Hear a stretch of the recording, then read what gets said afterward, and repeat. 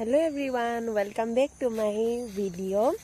আপোনালোকক welcome back বুলি কৈছো কাৰণ মই আজি বহুত দিন হল ভিডিওবোৰ আপলোড নকৰা নবনোৱা কেতিয়াবা মন নাযায় কেতিয়াবা মানে আপলোড কৰিবলৈও মন নাযায় সেই কাৰণে ওয়েলকাম বেক কৰিছো আৰু আকৌ যেন আপোনালোকে ধুনীয়াকৈ মৰম আৰু আশীৰ্বাদ দিয়ে তাৰে কামনা কৰি ভিডিওটো আৰম্ভ কৰিছো আৰু চাই যাওক।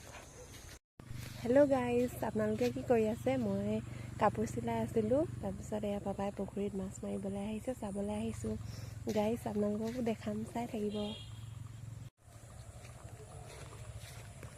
পুৰা মেটেকা, পুখুৰীত মেটেকা ফুল ফুলি আছে।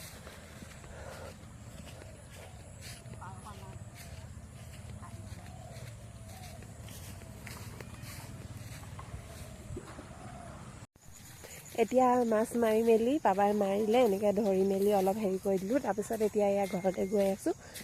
পুখুৰীটো ঘৰৰ পৰা অকণমান এফালে আছে যে সেইকাৰণে মানে তাৰ মাজতে খেতিও আছে ধান, সেইকাৰণে গৈ আছোঁ। তাৰপিছত এয়া দেখাই আছোঁ দেই আপোনালোকক মাছকেইটা কেনেকুৱা হৈছে। বেছি ডাঙৰ নহয়, মানে লাঙি পাতিছিলে যে সেইকাৰণে ডাঙৰ মাছকেইটা লগা নাই, অলপ জোখৰে আৰু এয়া ইমানটোৱে মাছ, মানে ইমানটোৱে হেৰি কৰিছে। আৰু আমাৰ ঘৰত খোৱা মানুহ নাই যে সেইকাৰণে অকল এটাই বাছি থৈছে মায়ে পাপাৰ কাৰণে। আকৌ কাইলৈ দেখাম আপোনালোকক।